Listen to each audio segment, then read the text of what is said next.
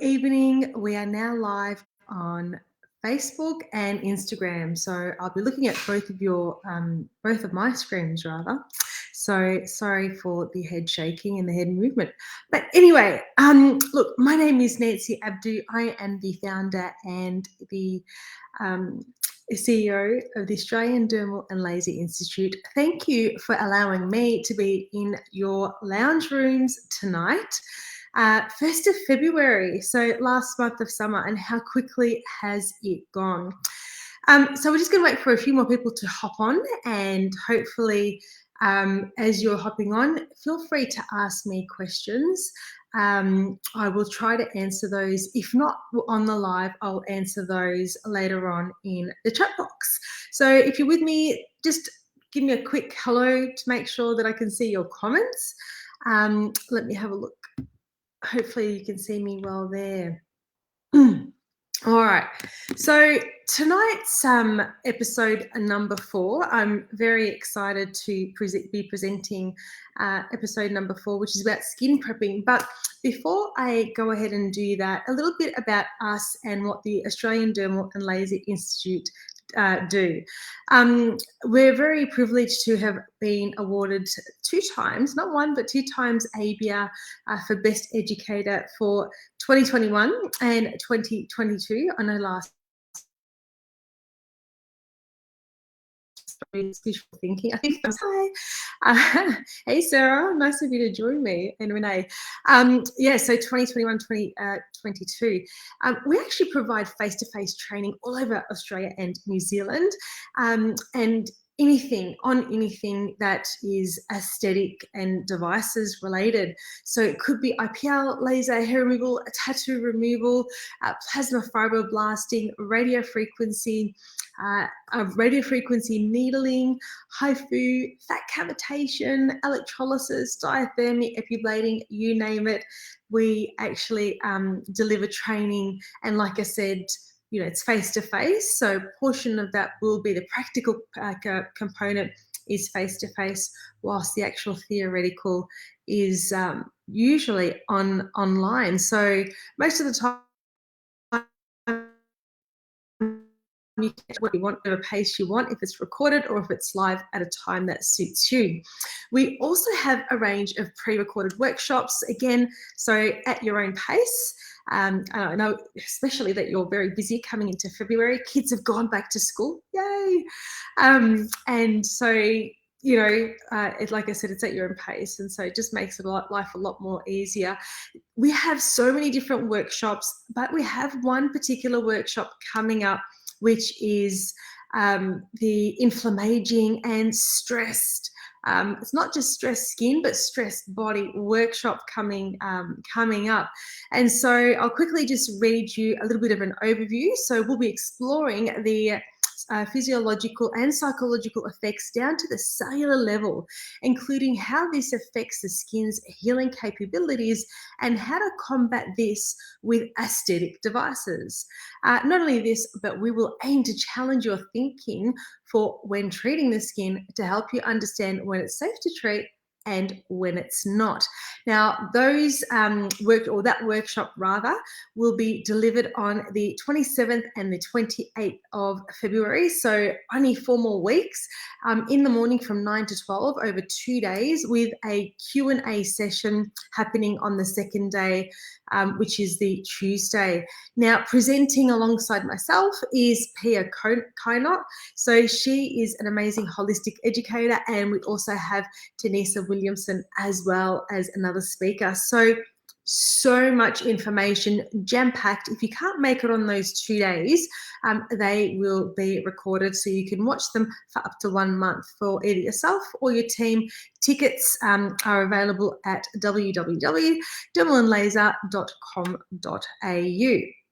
Now, without further ado, episode 4 today, like I said, I'll be discussing with you the 3 mistakes you might be making when you're considering or not considering skin prepping. So the 3 mistakes that we often see is not actually maximizing the use of your LED. If you have an LED and it's only being used once or twice, even forget a week, once or twice a day, that's a huge mistake that you're doing. You're actually doing your clients a disservice. Now, why do I say that? I'll get into that in a second. The second thing, or the second biggest mistake you'll be potentially making, is not getting your clients onto the right skincare. And in this particular instance, because we are in summer and we're wanting to prep to make sure we're not getting any hypo or hyperpigmentation, really hyperpigmentation, is getting them on the correct tyrosinase inhibitor, or recommending a good vitamin A to your client. So, their skin is actually turning over the way it should be. And I'll get into more depth into that as well. And the third thing that you potentially could be doing wrong, especially over the summer months, is test patching. And test patching, yes, number one is safety. So we're test patching for safety predominantly, but we're also test patching to make sure that we're using the right settings, how and why. That is coming up over the next 20 minutes. So get yourselves all nice and comfortable, and let's have a chat about LED. So a lot of you may or may not know that I harp on about LED a whole lot. In fact, if you're going to be opening up a new clinic, or if you're considering a new piece of equipment and you don't have LED, it is definitely something you should be consider as a fundamental treatment. Why is that? Now, essentially, and when I specifically talk about LED, it is red LED. There are other wavelengths that are fantastic, but today I want to talk to you about your LED in specifically the 633 nanometer wavelength, give or take a few nanometers. If it's 630 or 640, it's still within that therapeutic range.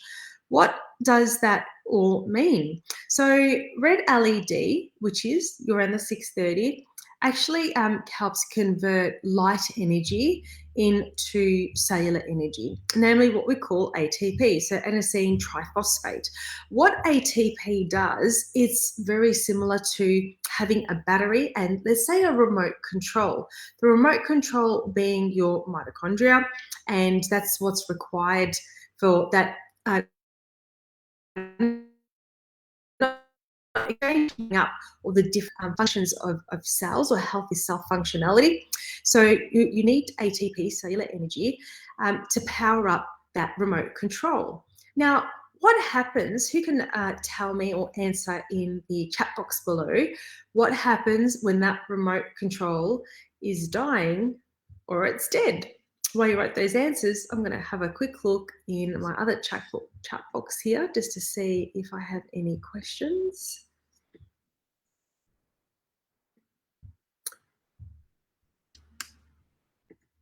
Can anyone tell me?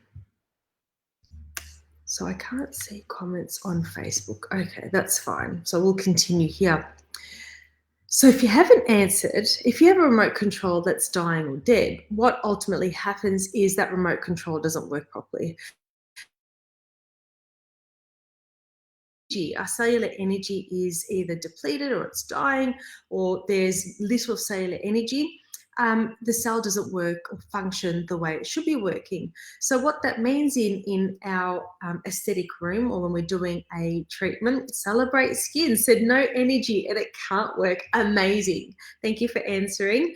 So when our cell is depleted of ATP, it's the same thing. When we come to perform a treatment, especially treatments like the likes of, who does needling, for example? Anyone here that does performs needling?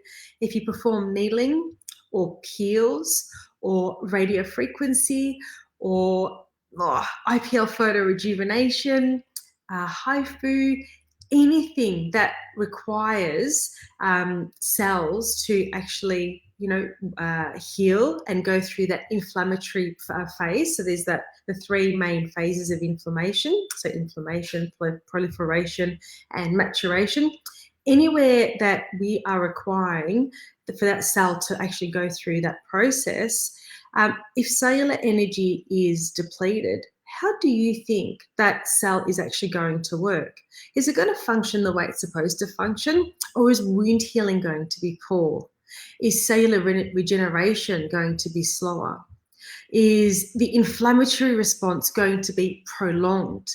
Now, all of these things will come into play when we're delivering results. If you want to deliver the maximum, absolute best results, you need to make sure ATP is, the fuel, cellular fuel, is actually, filled up. So really important that when we come to do any type of what I call a traumatic or controlled traumatic treatment, that the cells have the capability and the ability to bounce back, to rejuvenate properly, and actually wound heal and go through the process at an optimal rate, so we get the optimal amount of collagen and elastin and collagen contraction and everything that you're looking for. Otherwise, you'll have a very unsatisfied client. So it's really important that you are charging up, in layman's terms, charging up those battery skin cells to ensure that they're functioning the way they're supposed to be. Now, for those of you who have other wavelengths, such as infrared, blue and green, they can be used as part of your treatment. So that's great, but not so much for the prep work. What blue LED does, or namely the 415 to roughly 420 nanometers, what that does is it actually converts your porphyrins into O2 molecules. So essentially it's destroying bacteria and it's helping with anyone who's got acne or breakouts. So that will be great if for someone who's got acne type skin. If you have green LED, which probably roughly sits at the 415 to 430 nanometers, you're looking at, and although not clinically, there's not a lot of publications and it hasn't been clinically, I won't say clinically proven because there are more studies. There's just a limited number of studies with green LED. With that, it is great for inflammation. Actually, one of the topics I'll be covering in the workshop. So if you have green in your LED, and if you have someone who's got quite inflamed skin, whether it be from acne, whether it be from rosacea or even melasma, you'll find that that helps with improving those particular skin conditions. So green is anti-inflammatory. Anything that has that's driven by inflammation, you'll find green beneficial. Then, of course, we have yellow wavelengths. So that could be roughly around the 600, depending on your device. So it could be from 590 to, say, roughly 600. Yellow, or could be seen as orange. Now, that is going to be helpful with burns, bruising, and lymphatics. So if you've got a sluggish lymphatic system, then that's definitely going to be helping with help the lymphatic flow and clearance and toxin clearance. I'll just quickly do one thing. Sorry, let's try that. Okay, there we go. And then, of course, we have red, which I've just spoken about, so roughly 630 nanometers. And then you've got your infrared. So that could be, depending on the device, could be 810, 820, 830. So red in the infrared, and that is going to help with inflammation. Now, it's really important that when you're treating someone after a particular aesthetic treatment, when immediately, unless you're treating an inflammatory skin condition. So if you're treating them, let's say you're doing a rosacea treatment with IPL and I want to reduce the amount of inflammation, I will put them under infrared LED immediately to keep reducing that inflammatory response. However, I won't be using red because I don't want to be repairing the capillaries that I've just traumatized and damaged. So it's really important that you're not utilizing red when you're doing capillary work. Rather, you could be doing delivering an infrared LED treatment. So getting the right wavelengths and utilizing your LED in the optimal way is going to be really important to the success and the longevity of the outcomes as well. The other thing that I see people aren't doing is 2 to 4 week time of when we're actually skin prepping. So we tell our clients to prepare their skin with skincare over 2 to 4 weeks. Great. But what about utilizing LED to make sure that skin's functioning properly? So not just on the day of when we're doing our treatment, but also in the lead up of performing that particular traumatic treatment or aesthetic treatment. And on top of that, also performing treatments with LED treatments in that maturation phase. So those that 3 months afterwards, we're wanting those cells to mature and to create beautiful cross-linked collagen fibers and bundles. Then why aren't we doing LED for that 3 months post-treatment? Oftentimes when we look at skincare or skin treatments, we're only just performing the prep work. What about post? And that also includes diet and lifestyle. And that's oftentimes overlooked when we're not just preparing the skin, but post-treatment, are they eating right? Are they, doing the right things by their skin? Are they using the right skincare as well? So that's really important to consider as well. Ooh, no sound. Okay. How's the sound now? I'm not too sure how you're all going. You cannot hear. Oh no. Why is that?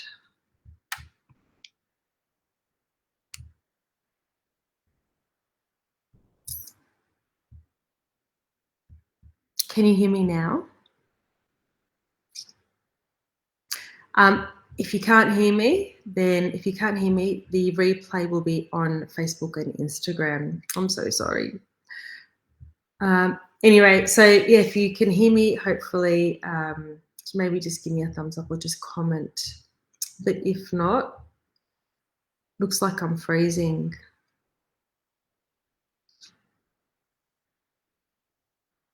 Oh no. Okay, I'm going to turn my Wi-Fi off.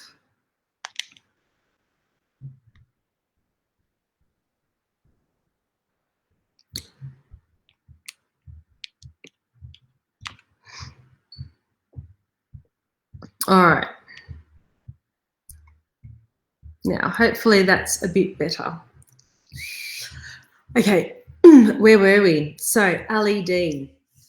I'm just going to type in the comments that still no sound.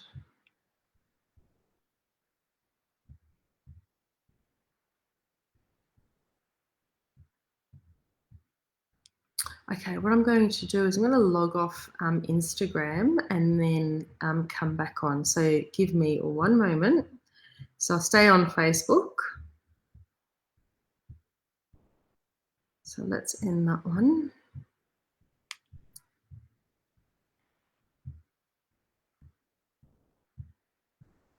Let's try again. All right. So if you're on Facebook, can you hear me?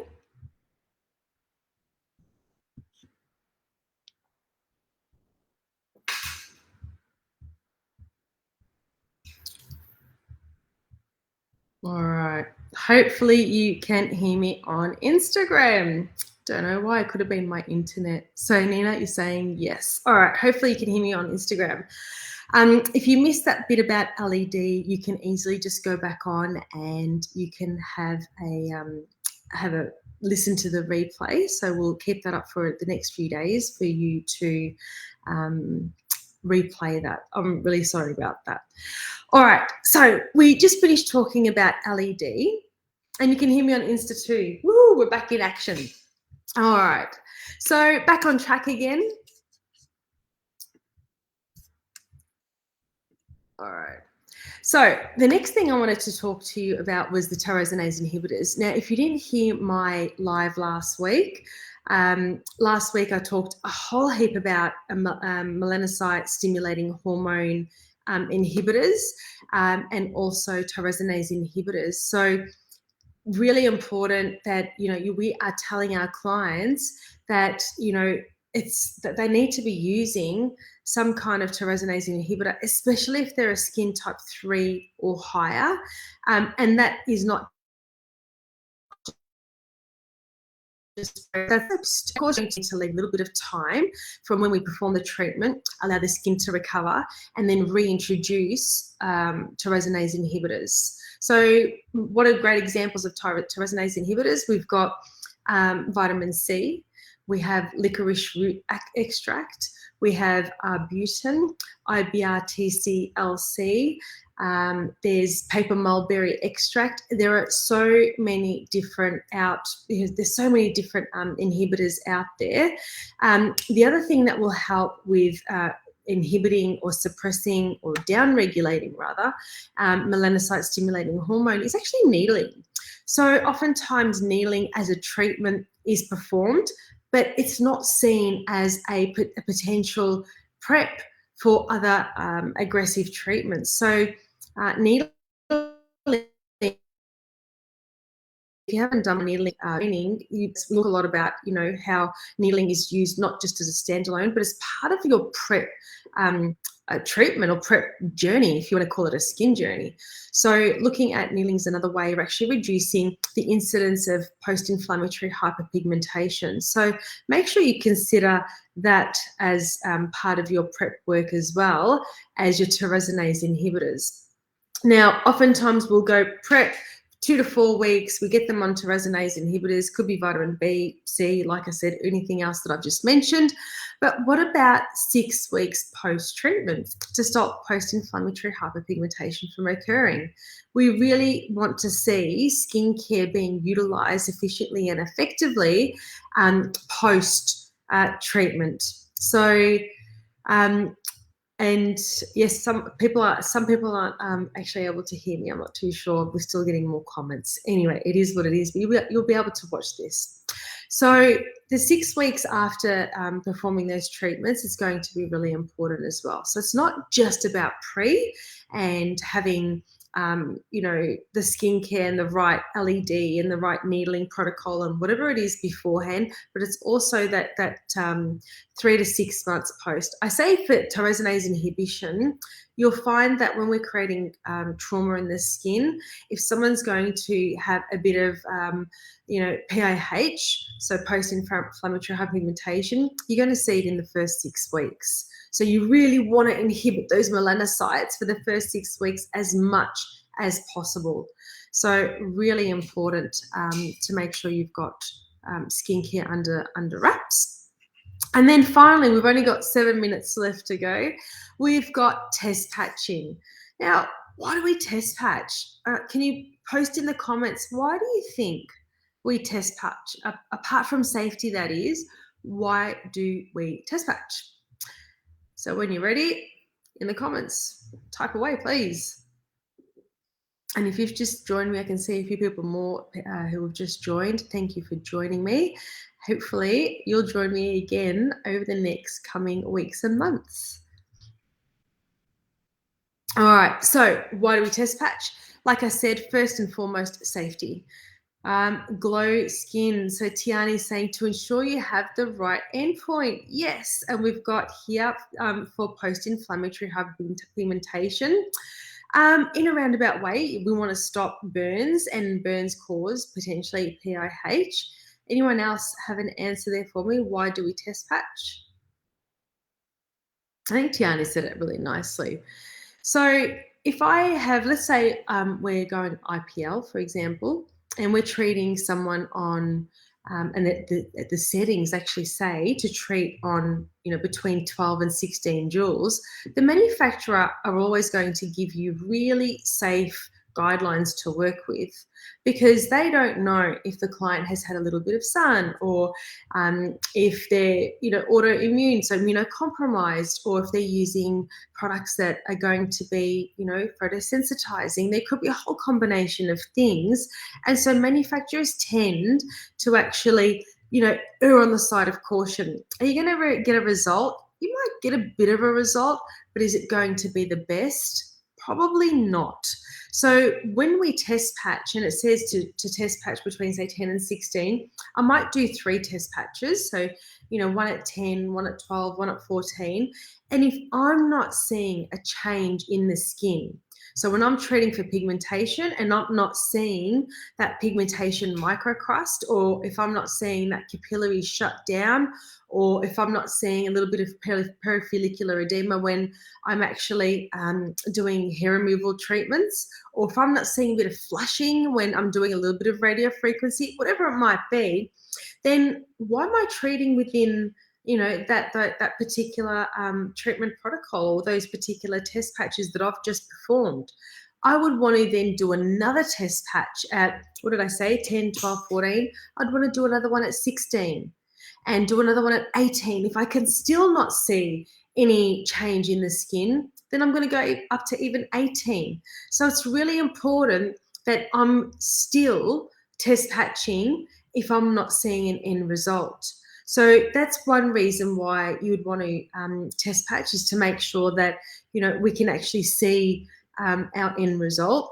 The other point, who may